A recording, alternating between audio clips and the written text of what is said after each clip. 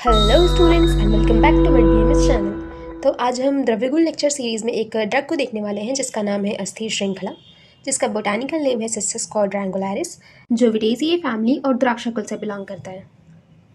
तो इसके कैटेगराइजेशन यानी कि गण वर्गीकरण के बारे में बात करें तो आचार्य चरक ने इसे किसी भी वर्ग में नहीं रखा है और ना ही आचार्य सुश्रुत ने अपनी किसी भी गण में इसको इंक्लूड किया है। हालांकि अगर हम बात करें भाव प्रकाश की तो इन्होंने गुणुची आदि वर्ग में अस्थिर श्रृंखला को इंक्लूड किया है। बेसोनिम ऑफ ड्रग देखते हैं। जो बेसोनिम होता है वो किसी भी ड्रग का मुख्य नाम होता है, यानी कि जो उसका नेम है वो किस रीज़न से रखा गया है। तो हम बात करें अस्थिर श्रृंखला के बारे में, तो जो अस्थिर श्रृंखला है उसका जो स्टेम अरेंजमेंट है वो इस तरह से अरेंज किया गया है, जैसे लगता है कि हमारे बॉडी में जो बोन्स का अरेंजमेंट है बिल्कुल उस तरह से हमें प्रतीत होता है। इस वजह से इसका नाम अस्थिर श्रृंखला है।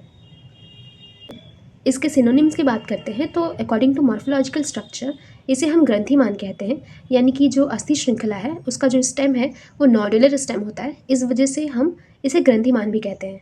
चतुशिरा के बारे में बात करें तो जो अस्थि श्रृंखला है उसका क्वाड्रेंगुलर स्टेम होता है, that's why we call as चतुशिरा। On the basis of properties and action हम इसे अस्थि संहारी भी कहते हैं, कॉज अस्थि श्रृंखला जो है वो एक बेस्ट ड्रग माना जाता है during the fracture of bones and it also helps to promote the union of bones. इसके अदर नेम्स के बारे में जानते हैं तो इसका एक इंग्लिश नेम है एडिबल स्टेम वाइन, हड़जोड़। हड़जोड़ जो है वो एक हिंदी नाम है और हम इसे हड़जोड़ भी बोलते हैं। हड़ यानी हड्डियों से लिया गया है, तो जो हड्डियों को जोड़ने के काम आता है। मंगराबल्ली। देन हैबिटेट के बारे में बात करें तो जो अस्थि श्रृंखला है वो सदर्न पार्ट ऑफ इंडिया में या फिर श्रीलंका वाले रीजन में हमें मिल सकता है। इसके मॉर्फोलॉजी के बारे में बात करें तो ये एक टेंड्रिल क्लाइंबर है जो कि क्वाड्रेंगुलर स्टेम अरेंजमेंट में रहता है और एक दूसरे से जॉइंटेड रहता है at nodes. Tendrils are simple, long, slender and leave opposed. In addition to the normal roots यहाँ पे कुछ एरियल रूट्स भी हमें मिलते हैं जो कि नोड से अराइज होते हुए नीचे की ओर जाते हैं। तो यहाँ पे हम अस्थिर श्रृंखला को अच्छे से समझते हैं, जहाँ पे आप क्लियरली देख सकते हैं कि इसका जो स्टेम है क्वाड्रेंगुलर स्टेम यहाँ पे प्रेजेंट है। इसकी अरेंजमेंट को देखते हैं तो एक के बाद एक लगे हुए हैं, जैसे कि हमारे शरीर में जो हड्डियों का अरेंजमेंट होता है बिल्कुल उस तरह से। बात करते हैं इसके लीफ पैटर्न की, तो एक इस साइड है एक इस साइड है, तो अपोजिट डायरेक्शन में हम लीफ भी देख सकते हैं। यहाँ से हम कुछ एरियल रूट्स देख रहे हैं जो कि अराइज हो रहे हैं।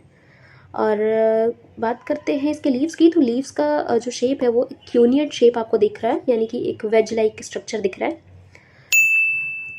तो नेक्स्ट अब हम इसके लीव्स के बारे में बात करेंगे। तो इसके जो लीव्स होते हैं वो सिंपल, ब्रॉडली रेनिफॉर्म, एंटायर और टुथ, राउंडेड, ट्रैंकेट और क्यूनिएट यानी कि वेज शेप होते हैं एट द बेस।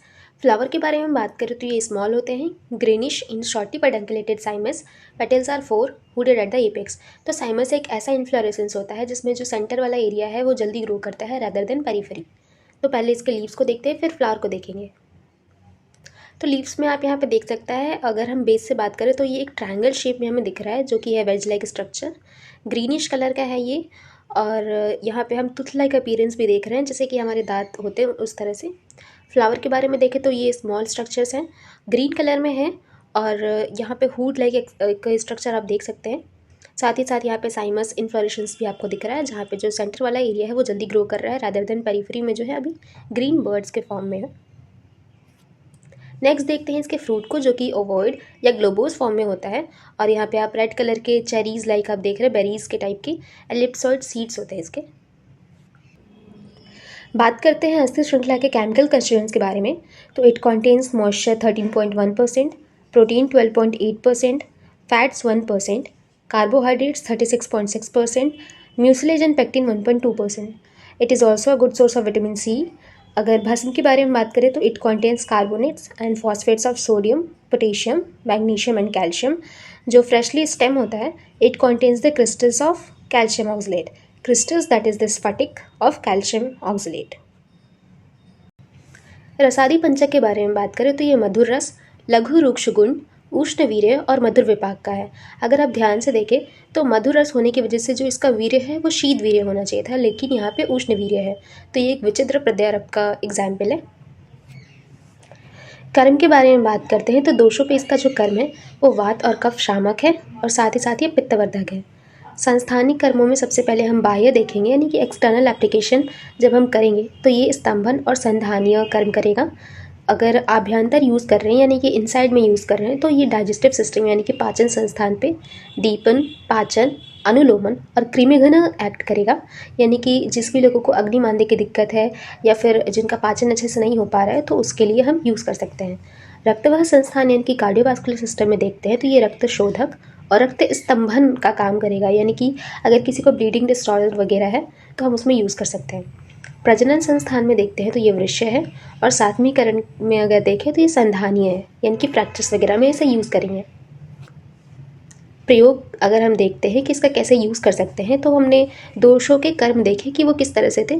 तो हमने उसमें देखा था कि ये वात और कफ शामक है, यानी कि अगर कोई भी वात या कफ के डिजीज़ होते हैं तो हम उसको शमन करने के लिए इसका यूज़ कर सकते हैं। अस्थि भग्न, अभिघातज, शोथ ऐसे रोग होते हैं तो हम इसमें इसका एक्सटर्नल एप्लीकेशन कर सकते हैं, लाइक लेप के फॉर्म में या अभ्यंग के फॉर्म में।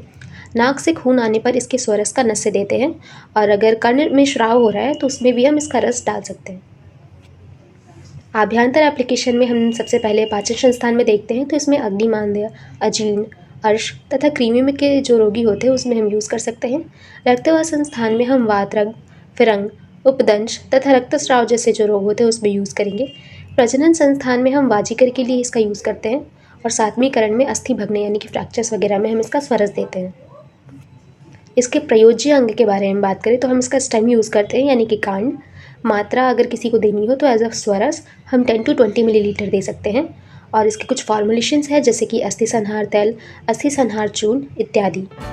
तो that's all for the lecture. अगर आपको ये लेक्चर समझ आया हो then please do like, comment and share my video and don't forget to subscribe my channel. Thank you.